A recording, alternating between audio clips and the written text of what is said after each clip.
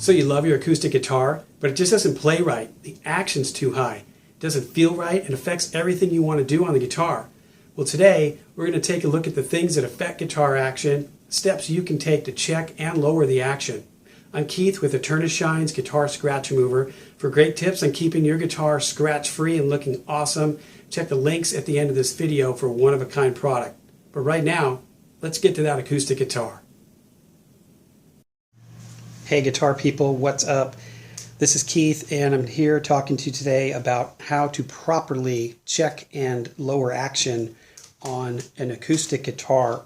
And before we get started, I'm going to go through some of the tools that we need here, as well as a list of important points that I see some videos and some resources online are either leaving out steps or putting steps out of order.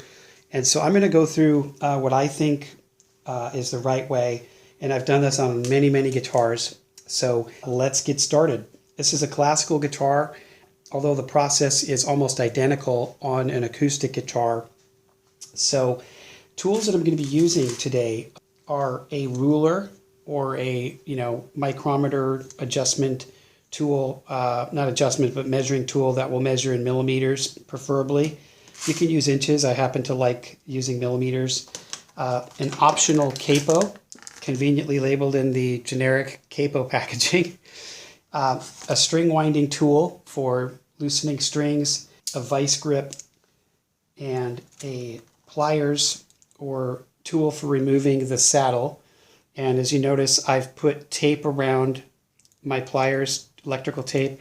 I see people working on guitars and they're just using pliers and wood, working around wood with sharp objects and smacking into the guitar. That's why I've got the tape on here. And then the last thing is a pencil, and that's going to be for marking the saddle over here. And then if you're going to use the grinding wheel method, you're going to need a vice grip to hold onto the saddle. This can be done with sandpaper, but it's much harder and takes a lot more time. I prefer the grinding wheel method. So let me just point out a few important points in the order. With any guitar, the first thing you should be doing is settling on what kind of strings you like, as far as do you like medium strings, light, or heavy, because the moment that you change the strings on a guitar, it's going to change the neck angle and it's going to change the action. Let's say this was an acoustic steel string and you were using 53 to 12 strings, which is considered like a light to medium. If you just put a different set of 53 and 12s that are the same metal, then you don't have to worry. It's not going to change the guitar. But if you go down to 11s or you go up to 13s, your action is going to change because the strings put more or less pressure on the neck. So before you even think about adjusting action, you need to settle on the kind of strings that you want. And it's surprising that I don't see more people mention this in online tutorials about lowering action. Really not as much of an issue on classical guitar, because the strings, the less tension of nylon strings, they just don't have a huge effect on action going between those two string types, as opposed to an acoustic guitar. Really, you'll notice a big difference. So that's step one, settle on the strings you want. Step two is you need to make sure your neck is straight and doesn't have a bow or a back bow. So truss rod is done before you start messing around with, action over here.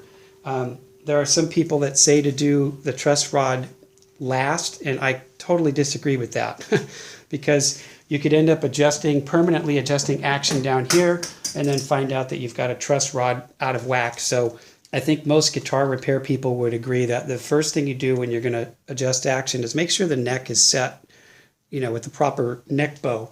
And that's done with a truss rod tool through here. And there's plenty of videos on how to do that. And by the way, you never adjust truss rod with the strings loose. You want to be checking always when the strings are up to the proper tightness. So the next thing is you need to figure out just how low you want the action. So I use this tool, and I like to get in here right at the 12th fret and figure out what I want my action at. Some people like to put a capo at the first fret. That is an optional method. It works fine. I have found it doesn't make that big of a difference for guitars I've worked on, but some people like to capo here at the first fret and then check the action here. What I do is I simply will press around the third fret to check the nut, and then I'll press here and make sure that there isn't a gigantic difference in action height when I fret around the third fret. If there is, that means my nut action needs to be lowered. My experience is 9 out of 10 times you don't need to lower this, and it's a bigger job anyway. So what should happen is when you are pressing down here and then you're checking, just makes a little click. So the string travels a little bit, but almost just a negligible amount to fret like this. And that way you know that your nut action right here is low enough and that you don't need to mess with that. That means we now go to the desired action. And this guitar is right around 4 millimeters at the 12th fret. And I already have another guitar just like this, same model and everything, that I know the action is great at around 3 millimeters at the 12th fret. You can even go 2.5 on some guitars. So I'm looking to take down the saddle so that the action at the 12th fret drops to about 3 millimeters. And so that is going to be my next step. So I'm going to loosen the strings and pull this saddle out, this white piece, and I'm going to mark it. So now I've got my strings loose, and I should be able to fairly easily slide out the saddle, which is this white piece. The other thing to note is if you have an acoustic electric guitar that plugs in, then most of the time the pickup resides under here. There's a transducer metal pickup that is under the saddle. So you have to be careful when you take this out and put it back. And also when we're shaving down this white saddle, it needs to be flat on the bottom because that's important for the pickup to work properly. So I have loosened the strings big time, and I'm simply going to just slide this out.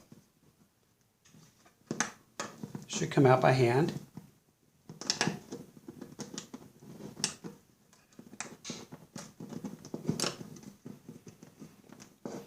By the way, you should never cut notches to lower action.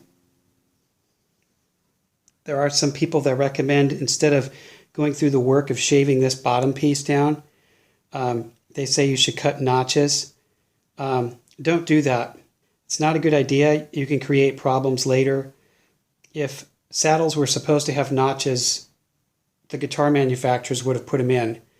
And they usually don't on acoustic guitars. What happens is over time, the strings cut natural little, it's going to be really hard to see here, but there are some natural indentations here from all the strings. I can feel them, especially on the top three.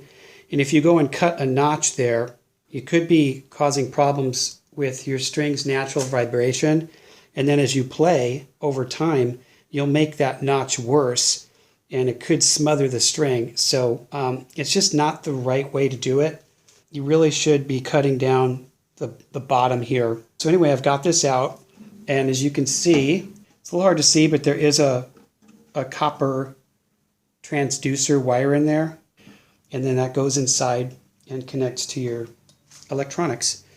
So that concludes part 1. If you would, please follow me over to part 2. We've already finished the prep work, and in part 2, I'm going to show you how to properly mark the saddle. So look for the link at the end of this video, and we'll see you guys over there. Hi, it's Kat with Eterna Shine. Today we're going to check out some great products for keeping your guitars looking their best. Whether it's a routine polishing or a complete finish restore, Eterna Shine products are the only polish you need. Visit our website, guitarscratch.com,